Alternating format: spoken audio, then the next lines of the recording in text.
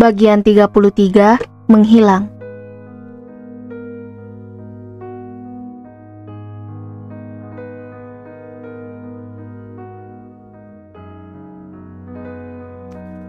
Entah setan apa yang merasuki pikiranku setelah deru mobil milik suamiku menghilang. Walau tertatih, aku akhirnya pergi. Keluar dari kos ini sejenak, tak bermaksud untuk benar-benar pergi. Aku hanya ingin tahu apakah lelaki yang telah memberiku gelar istri itu peduli jika aku menghilang.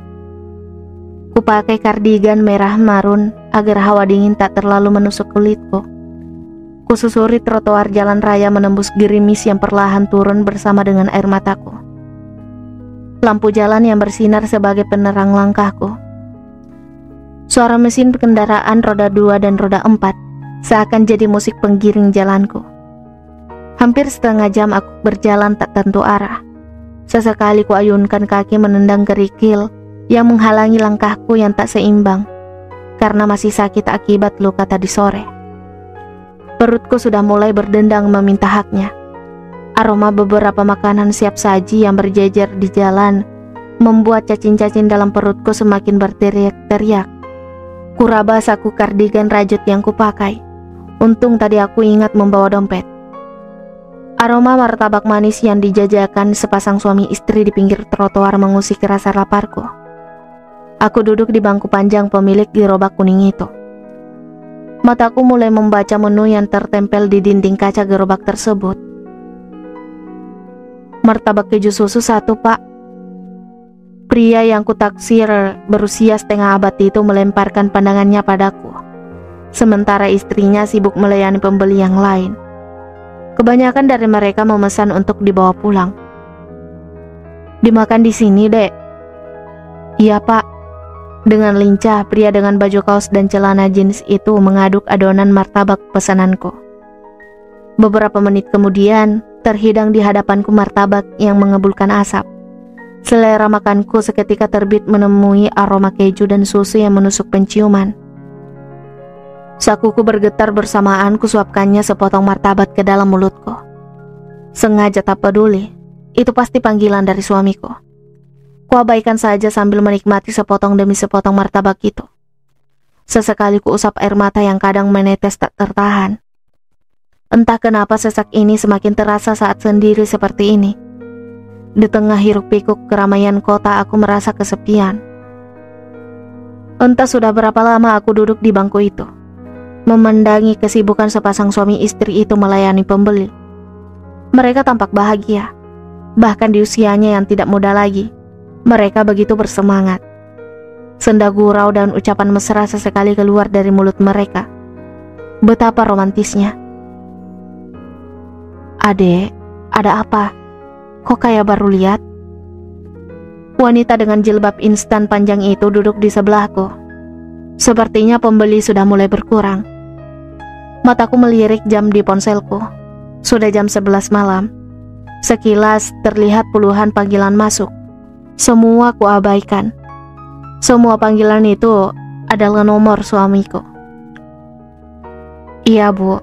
Aku baru di sini. Belum sebulan. Jawabku sambil tersenyum. Tinggal di mana? Kutatap wajah wanita itu dalam. Ada lelah yang bertengger di sana. Tapi dia tetap menunjukkan wajah ceria. Walau sejak tadi dia bergelut dengan panasnya alat panggang martabak yang sekian puluh telah terjual. Sekitaran sini, Bu. Di konter pulsa Nadali, seberang jalan. Kuucap nama usaha penjualan pulsa milik Ali itu. Kenapa sendirian, Dek? Bahaya loh, anak perempuan sendiri malam-malam begini. Wanita itu menatapku seraya mengusap wajahnya yang berminyak akibat terlalu lama berhadapan dengan panggangan. Aku tersenyum menimpali ucapannya. Adek lari dari rumah, tebaknya. Mungkin karena melihatku sejak tadi mengusap air mataku berkali-kali. Aku kembali tersenyum, namun air mataku ikut menetes. Entah kenapa begitu sesak rasanya ditanya seperti itu. Kadang orang tua marah itu untuk kebaikan anaknya juga. Kembali wanita berdaster bunga-bunga itu mengeluarkan suara. Dia pasti menganggapku lari dari rumah karena dimarahi orang tuaku. Wanita itu mungkin mengira aku masih bocah SMA yang labil. Tidak, Bu. Aku hanya keluar cari angin. Lagi ada masalah sama suami. Wajahnya tampak terkejut. Mungkin tak menyangka bahwa aku sudah menikah. Adik sudah nikah? Ibu kira masih SMA. Soalnya masih imut banget. Maaf ya, cerocosnya. Seolah telah lama mengenalku. Gak apa-apa, Bu. Aku hanya senang duduk di sini, memperhatikan ibu dan suami akur banget. Padahal usia pernikahan kalian pasti sudah lama. Wanita itu tertawa menimpali ucapanku. Tampak beberapa giginya sudah tidak ada, membuatnya terlihat lucu saat tertawa. Iya, kami nikah sudah lebih dari 30 tahun. Alhamdulillah ketiga anak kami sudah besar. Bahkan yang bungsu sudah kuliah.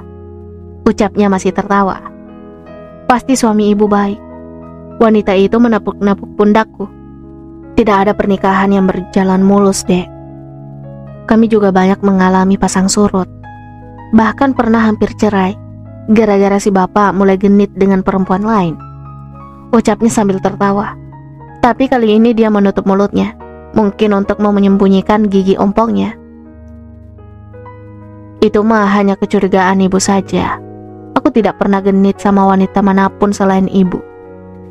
Tiba-tiba suaminya ikut nimbrung. Lelaki itu duduk di sebelah istrinya, menoel dagu wanita penuh semangat itu mesra. Mereka tertawa bersama.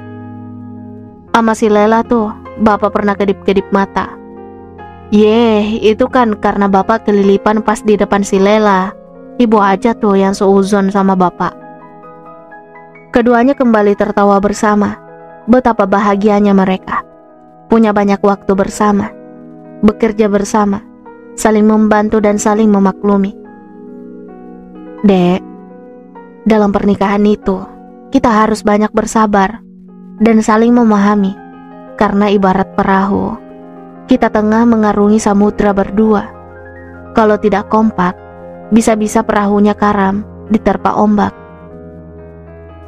Aku tersenyum menanggapi nasihat wanita itu. Aku tiba-tiba ingat ibuku. Andai ibuku ada di sini, aku pasti minta pendapat darinya. Apalagi, usia kamu masih sangat muda. Darah masih panas, gampang curiga dan meledak. Kali ini dia mengusap punggungku. Tanpa sadar aku memeluk wanita itu. Pulanglah, pasti suamimu bingung sekarang. Ibu lihat sejak tadi ponselmu bergetar. Aku mengangguk melepaskan dekapan dari wanita yang bahkan namanya saja tak kukenal. Asmi, ngapain malam-malam kamu di sini? Sosok lelaki berjaket kulit hitam telah berdiri di depanku. Seketika lututku lemas tak berdaya. Rasanya ingin segera berlari dari sana tapi tak mampu bergerak. Agung. Bibirku bergetar menyambut nama itu. Bagaimana tidak, aku pindah ke kota ini untuk menghindari dan melupakan semua tentangnya. Tapi kenapa justru dia tiba-tiba ada di sini? Berdiri di depanku di saat hatiku sedang goyah. Aku tak ingin dia tahu apa yang terjadi padaku dan Ali. Aku takut dia memanfaatkan kesempatan ini. Mana suamimu? Kenapa sendirian di sini? Aku seperti diinterogasi olehnya. Ku pegang tangan wanita penjual martabak tadi, yang kini masih keheranan oleh kedatangan Agung secara tiba-tiba. Aku tidak sendiri, aku bersama ibu ini. Kutahan degup jantungku yang kini berdebar tidak karuan. Ketakutanku terhadapnya belum menghilang. Terlalu banyak kenangan buruk tentangnya, sehingga mengubur semua ingatanku tentang indahnya saat menautkan hati padanya. Ayo kuantar pulang. Agung menarik tanganku. Seperti biasa, dia masih saja arogan dan kasar. Maaf, Gung. Aku bisa pulang sendiri. Apalagi rumahku dekat kok. Jawabku tegas. Aku tak mau terjadi keributan lagi di sini. Bu, aku pamit ya. Makasih. Aku langsung melangkah pergi sebelum sepasang suami istri itu menjawab salamku. Agung mengikuti langkahku yang sengaja kupercepat agar tak tersusul olehnya. Asmi, tolong, aku ingin bicara sebentar. Tak ada lagi yang perlu dibicarakan, Gung. Aku begini karena kamu. Tapi As, aku hanya ingin minta maaf. Semua sudah selesai, Gung. Aku sudah melupakan semua. Kamu pulanglah, biarkan aku sendiri. Air mataku luruh, tak sanggup menahan gejolak yang kini menguasai batinku. Hampir saja aku terjatuh karena terbentur beton pembatas jalan. Asmi. Aku menoleh ke arah datangnya suara. Ali? Aduh, bagaimana ini? Bagaimana kalau Ali melihat Agung bersamaku? Bersambung.